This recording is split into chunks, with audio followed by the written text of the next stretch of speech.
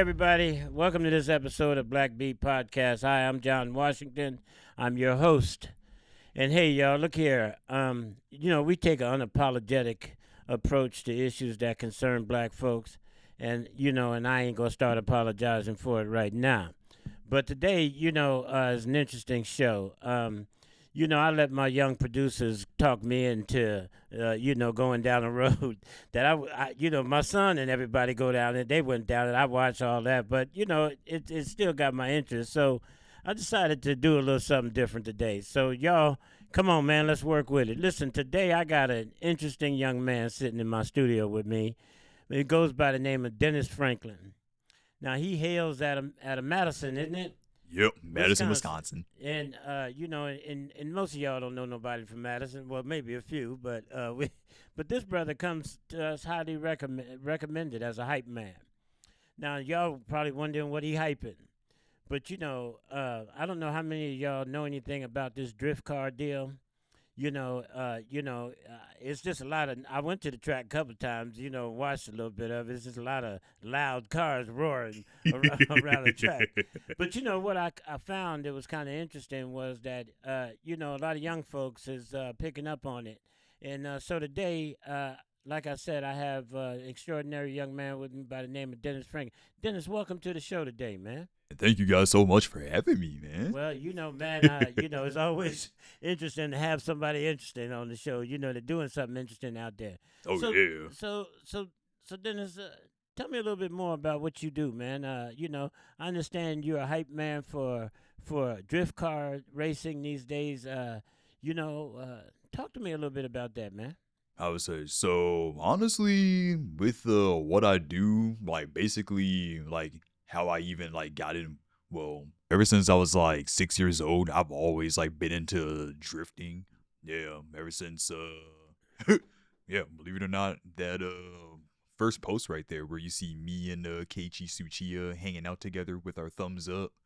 Yeah, ever since I got to meet that man in person when I was at a drift event in New Jersey back in September, it was... Oh, you was in my hometown, huh? Jersey. I didn't know they drift cars in New Jersey. Oh, I yeah? thought they just had big block cars in New Jersey. Oh, they definitely do drifting in New Jersey. You they be really? surprised. Wow, well, see, there's a lot I don't know about where I come from. Yeah, that must have been... So is this like an underground thing, Dennis, or what is this? Honestly... What is it like? Yeah. It was underground for like the longest time, but then obviously, yeah, ever since, social media came to be, like TikTok and whatnot, like so many folks like in the younger crowd for sure, like really started to like get big into drifting.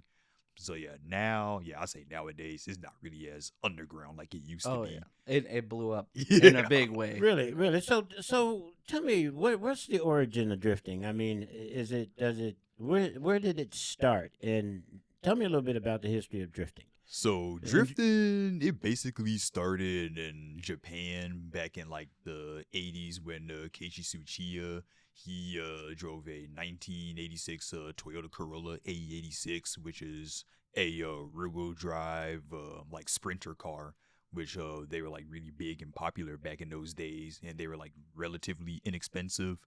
Yeah, he was literally just driving down on a mountain road. Yeah, one day, and just started like just drifting his car like on the Toge mountain roads, and made even made a movie of it, I believe, called Palepsy. Yeah, I want to say.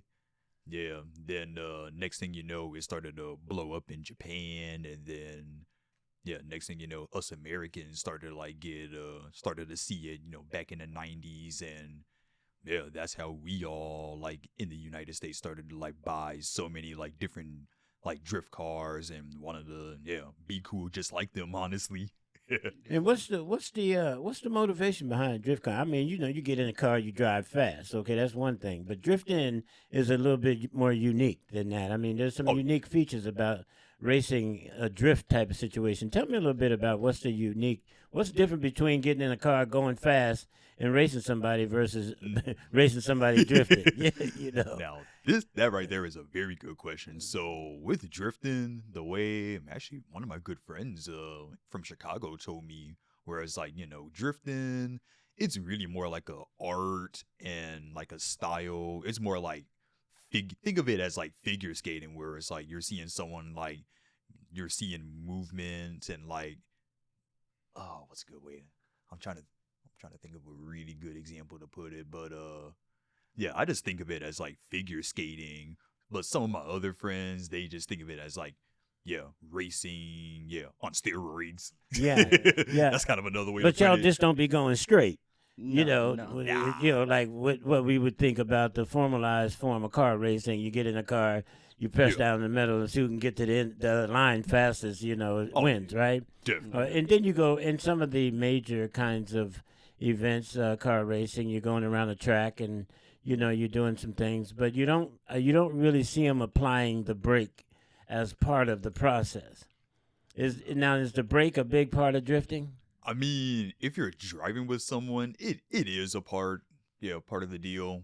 Basically, it also kind of depends on like your car setup. Like, say if you were to drive a car that makes no power, and it's like you have to like have your foot to the floor at all costs, versus let's say if you were to drive like a 500-600 horsepower car where all you have to do is just like feather the throttle like most of the time and just give it a little bit of gas. Or even if you're like driving with someone, obviously, you know, you never know if they're gonna like spin out or go off course. So it's like you gotta like for sure, you know, use a brake just to make sure you don't like hit them. But we try to like keep it as close as possible, where at least, you know, just to make it more like, you know, intense and So it ain't a entertaining. brake; it's a throttle. It's more or less you clutching. Yeah, pretty much. Yeah. So you that's clutching and basically braking, or you just clutting? No, Downshift in that. it'd What be bring more- all that smoke and all that stuff out? Is just the wheels? Well, you know what? Yeah, just tired. Yeah, I mean, if your clutch literally. is smoking, you got a problem. Yeah. Definitely.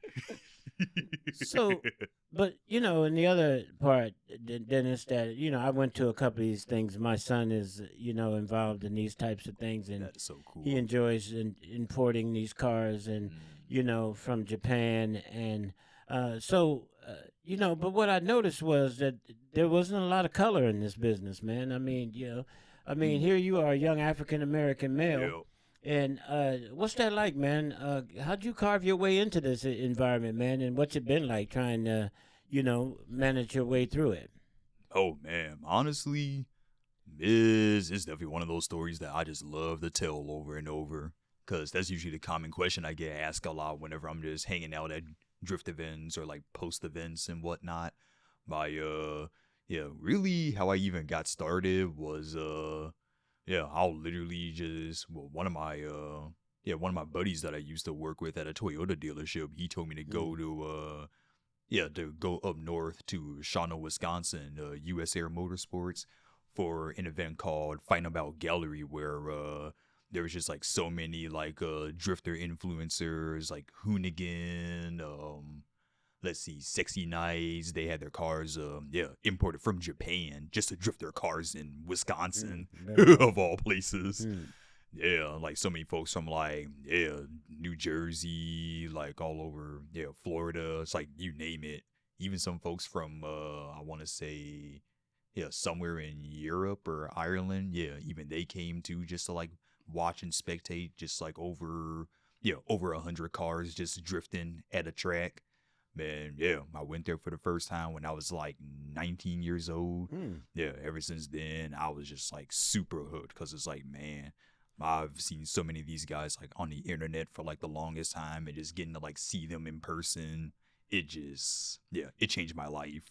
So are you finding that there are many other people of color in this event, in this game? Oh Coming more into this game? Oh yeah, Really? absolutely. Because, like I said, what limited access I've had to it, and exposure I've had to it, it just felt like it, we were just not a part of this sport. So where do you find more African Americans involved in this sport? In a certain state that you are? Jersey? Where is it that you're finding them? Honestly, especially now, they're actually all over the place, man. Like one of my good friends who runs the Fighting About Drift event, like he's a African American man. Why? Yeah, Right on, man. Yeah. So what's it like becoming an icon in the major drift deal, man? What's this?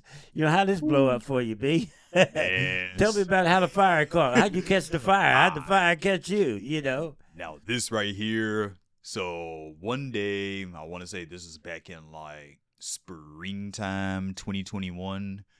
Well, after, well, the season opener event, I actually had an Infinity G35 sedan I used to drift.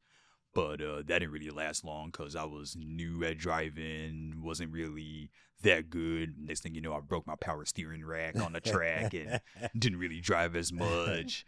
So what kind of car are you hailing? Right now, I actually have a 2006 Lexus IS 250. Yeah, that I drift. It's Here we go. how to say, yeah. Yeah, a little sample for you right here. Yeah, that's my home track, US Air in Shawano, Wisconsin. Yeah.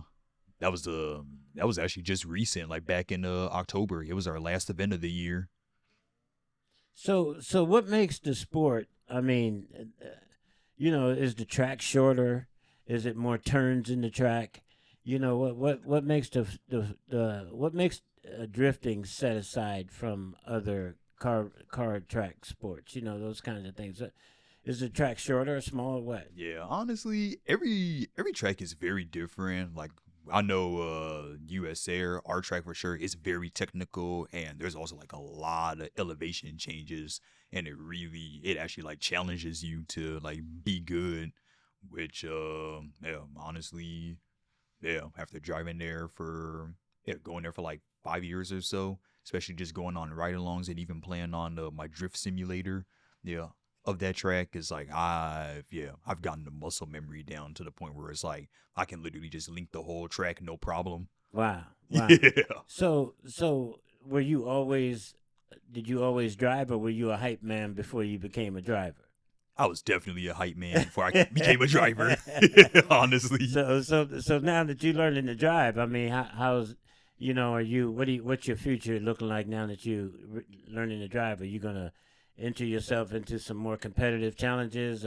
Tell me a little bit about where you're going with this, man, with yourself. Yeah, honestly, the way I see myself with, now that I'm actually, driving more, I wouldn't say I don't want to like go pro. That was never the goal. Like the goal was to honestly just keep driving. Yeah, just having so much fun with my friends from all over the world, and just bringing the good vibes, and really just it's all just for fun.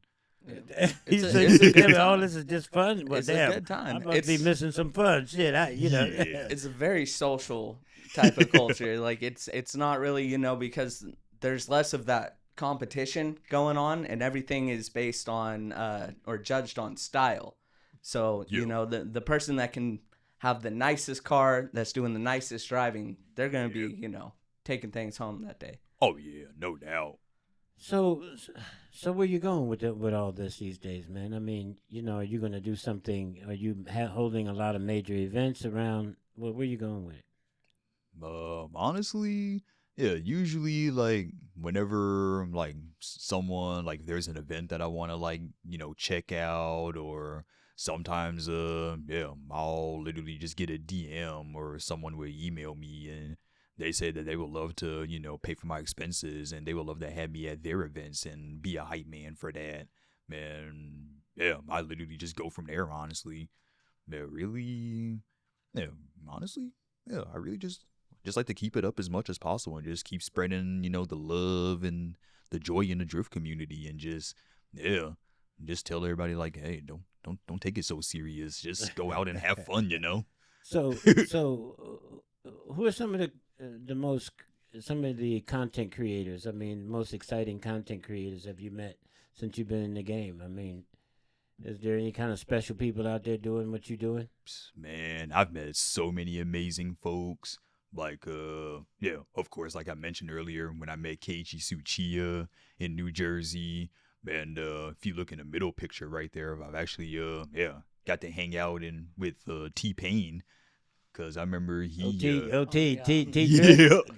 drifts. Hey, T-Pain, you out there drifting. You found him a little space, Yeah, I'll never forget. Like, it was literally... I was at another event, like, somewhere, like, outside of Chicago. And one of my good friends that I mentioned, Simba, who runs Final Bout, he literally asked me, it was just like, hey, dude, T-Pain is going to be in town. if you want, like I could definitely put you on the guest list, man, that and would you be can just come out wonderful. and hang out. Yeah, that would be fun, wonderful, man. I would love to get to you on the podcast. Man. You know, it would be a great thing. So, when you think about what are some of your unique challenges, man, you've experienced since you've been in this business, man, and being involved in this over the years, man? I mean, what are you experiencing as a challenge? That is honestly a really damn good question. I'd say with challenges that I've faced, like there was definitely some times where like in the past where I would go to an event and sometimes, the people, I'd say the folks who like run the event or even just like track staff. I would say I'm only just speaking from personal experience when I was at one drift event where it's like, not gonna lie, I didn't really enjoy myself that much just because just the way how it was just poorly ran and it was just always just some last minute changes and yeah, like you'll sometimes come across that for the most part, but here and there, I mean, it's really not that bad for the most part. Yeah. If you're struggling with gambling issues, you can find support from home during these tough times. Trained professionals are here to help because you don't have to do this alone. Reach out at opgr.org or call 1-877-MY-LIMIT. So now that you're in this business, man, I mean, are you calling some of the shots? Are you creating some events yourself? And, what kind of shout out would you like to give, man? Is there anybody specific you'd like to give a shout out to, man? And oh, yeah. talk a little bit about some of the nuances of this business that I might have not asked you a question for, man. I mean, tell me a little bit about some things that you want to talk about. Oh, for sure. Yeah. I definitely want to give a shout out to my hero, Brian, who I used to work with at a Toyota dealership. He's definitely the reason why I do what I do today. Because ever since he told me to check out Final Bout, like 5 years ago, and I got hooked into it. He really, really changed my life. And he also used to be a Formula drift driver too. Wow. Yeah. So is there many ranks in this thing? I mean, is there actually a professional level drift? Oh yeah, arena? Really? absolutely. Yeah. Oh, you can actually make some money doing this? Definitely. Because y'all made it sound like it was just about fun. Definitely. So it's some money to be had. So that's why we do it as fun. But there is some money to be had with a lot of people that do Formula Drift. And, So like so tell me a stuff. little bit Stuff, about these money making events. I mean, how do they set up that's different from say amateur ones? I would say. I mean, how do you qualify to make the money? Honestly, the best way I can explain it, I'm not really too sure just because I never really didn't really seem to care as much for like the pro level status. Just because I've always, been more into like grassroots where it's just like, group of friends just at a local track, just having some fun and just vibing out. But yeah, I know when it comes to like sometimes they'll host events where it's like, hey, if you want to like get like your pro-am license and become a pro, they'll like throw events for that where it's like you can actually like win a little bit of funds and obviously, then you gotta have like a full like pit crew and all that stuff. Got you start costing more money to make some money. Yeah, definitely. Exactly. So right now, staying in the fun is in the fun zone. Oh yeah, something y'all do like a hobby and stuff like that. But it's the online presence that sort of got the public behind you and picked up on you. And what was the one thing that occurred when you started seeing you had some traction on your hype on the hype man part? Oh man, this is another good one right here. Yeah. So where it first started back in spring 2021 when I first staffed just a regular drift event at my local track, one of my buddies, he put me on the starting grid, when to like setting the cars at the right time and everything else. Yeah. I was having a little too much fun. Being in control of all the cars and then I started just acting like a silly little goofball. And then, I started to slowly but surely get big in the regular local community. Then, we got this is a him. good So one. this would be the type of event. And then we got him being a hype man over here, being a flagger and everything. We gotta find a good one. What's a real good one of Ooh, that one right there, me in a here. pink jumpsuit. Yeah, that one. I was in Pennsylvania back in summer of 2023. Oh, so now okay, you like the rodeo clowns, you know? Oh be at the yeah, gas station. literally. That's the Watch good them way to charge your put it. bulls, right? You know? That is so You know, perfect. yeah.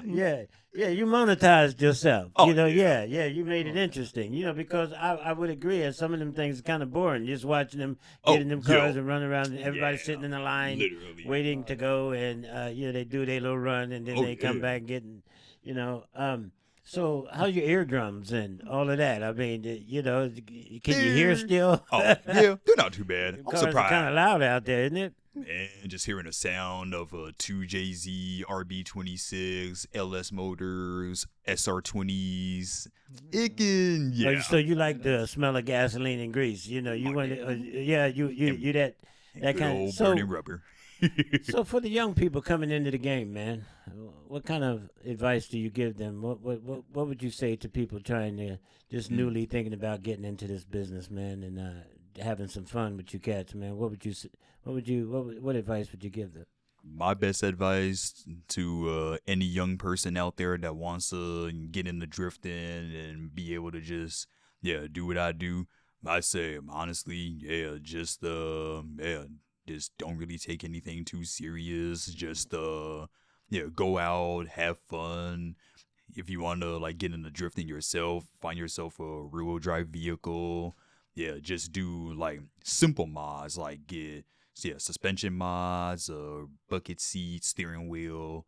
Make sure your diff is welded, or if you have a limited slip differential in it, just grab some tires and wheels and just go out and have fun and just really just don't bite off more than what you can chew. Yeah, that's honestly the best way I can put it. So these are real cars you're talking about, though, right? Not no buggy, right? You made it sound like actual get a real wheel and a cars. steering wheel, like you're a soapbox derby or some shit, man. Is it? You got to get a real motor in these things, right? Oh yeah, With real absolutely. gasoline and oil. Yep, definitely. And but doing what you do, is standing out there with that flag and all that, you got to also be leery that there are really actually bulls coming. Yep, definitely. Those cars could actually run your ass over, right? Oh, yeah. That is very true. Very So- aware of so- your surroundings. Yeah, so you sure thing. How'd you get into the position to be the rodeo clown? Like, if I show up, they ain't gonna let me do that. I mean, Yeah, how'd you be get a into good- that position? literally, like for some events that I've always wanted to check out, like I normally, just ask to be like, hey, is there any chance that, I just be like, hey, any chance I could just staff this event? Yeah, or sometimes, the people who like running the event themselves, like they'll actually DM me on Instagram or something like that, and they be like, yo, like I've seen you on the internet, like you are honestly a hoot and a holler. We would love to have you come to our events and be a hype man. And I'm just like, sure, I'd be super down to do that. yeah. And hey, man, you must be interesting if you got my tech people coming on off the tech to ask you a question. So I ain't never had that happen before. So but that's all right. But the other part of that is man. So you essentially adding the showmanship to the environment because, like I said, some of these events that I've gone to have no programming associated with them. I mean, other than the cars just getting out there racing. You might be able to get a hot dog, or you might be able to have a conversation with somebody, in a pit crew or whatever that might be. But there was no real program. In the event, there wasn't anyone that made you laugh. There wasn't nobody out there, breaking. Yeah. Literally, So you've essentially found a niche, I have. and you figured a way to develop and work with it and exploit it, huh? And that's hey man, more power to you, Dennis. Man, man, thank you so and, much. and I think that's really what innovation and creativity really is all about as we grow into the future. I mean, there's so much opportunity, but the opportunity we got to create it. Yeah, Exactly. So exactly. we have to be designers of our own fate. So hey, Dan. Absolutely. So for you, tell us about a couple of the events and stuff that you might be appearing at and putting on here in the future, and how could we get a hold of you? Where do we find you? Stuff like that, man. Oh man, yeah. Me for like big events, I do, yeah, Final Bout for sure. Yeah, that's like the main event that I'm like well known for. I also yeah, I also like to go to another event that my friend Matt actually likes to host like during the summertime called the Panic Grand Prix.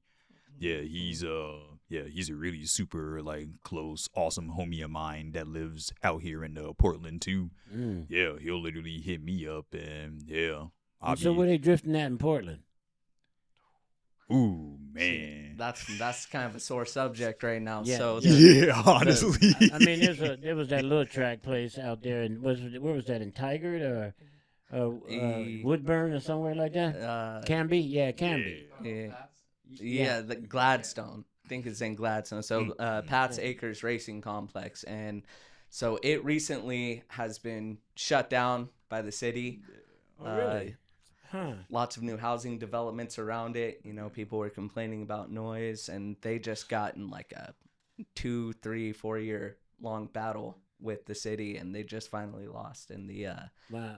the owner of the track is now looking to build another track. Wow.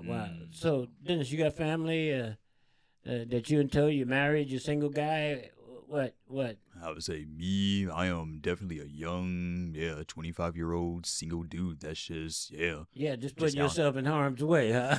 Pretty much. That is the best way to say it, You know, honestly. You know, cutting edge. You know, just go It's a for good it. You know, time. kind of stuff. Yeah. I'm just out here just enjoying my youth. That's the way I see it. Hey Dennis, listen, man. This has been really fun, man. Hey man. So as you reflect through the conversation we've had so far, man, is there anything you would have liked me to ask you that I didn't? Honestly. About Pats you want to talk about, or Yeah. how familiar are you with Pats? I would say I'm vaguely familiar with it. I know like they've done like, Final Bout events out there in the past that I've always wanted to like check out. Not just Final Bout, but yeah, what is it? Park Fest? Yeah, I would say Park I'll never Fest, forget. Summer Jam. Yeah, just seeing those videos, I'm just like, oh my God, I just want to go there so bad and check it out. It was definitely a time and a place when that For stuff was real. happening, man. It was. You bring your car with you? Did you bring your car with you? Oh, did I bring my car here? Yeah. Oh no, I flew out here. Oh, okay. Yeah. Well, you could have flew them with you. You know, too. You could have drove it. I mean, it's a whole lot of turns Yeah. between here. I'm Yeah, actually glad that you brought that up, because definitely next year with also my game plan, I do plan on, doing some more like suspension mods and other small things to my Lexus, and I do plan on taking it on like cross country road trips to like drift events where I can like be able to do half and half, like be a hype man at an event, but then also show everybody too, like, hey, like I may be a hype man, but I also drift too. Yeah. I also like to have fun, and I can be out here driving too. I'm not just Are you thinking too much about gambling or taking bigger and bigger risks? Free help is available. It's confidential and it works. So what are you waiting for? We're here for you. Call, click, or text opgr.org. It's Hey man, fun all so around. what keeps coming through my mind as I'm listening to you speak, and it says, is there any like stereotypes and misconceptions that people may have about drifting that you'd like to clear up now, Ooh. while just put it out there? Oh, yes, absolutely. I really, really hate it when, because obviously nowadays, especially with social media, I'm not sure if you're familiar with the takeovers or like slideshows. Yeah, they, claim to like be drifters, or whenever just like us real drifters will just be out and about, just, just going to like to the store or like a gas station or something, or we'll just be like normally cruising, and next thing you know, it's like we, get pulled over, or some, cop would have just like accused us of just like being like takeover kids when we're clearly not.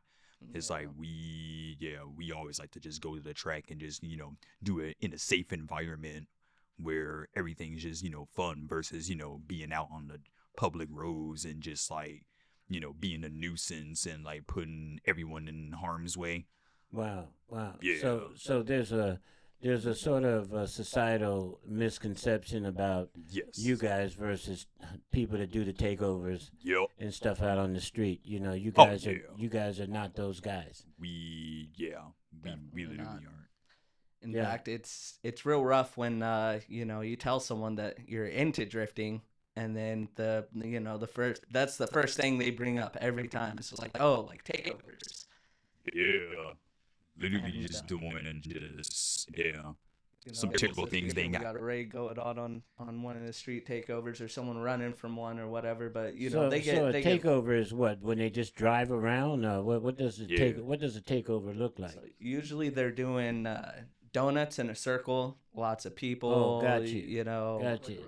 Yeah. on public roads. Literally you know, on public there's roads. usually someone gets hit by something. You know, Yeah, stuff It's like just that. not a good scene. That's- But that almost looks like a drift kind of scene, huh?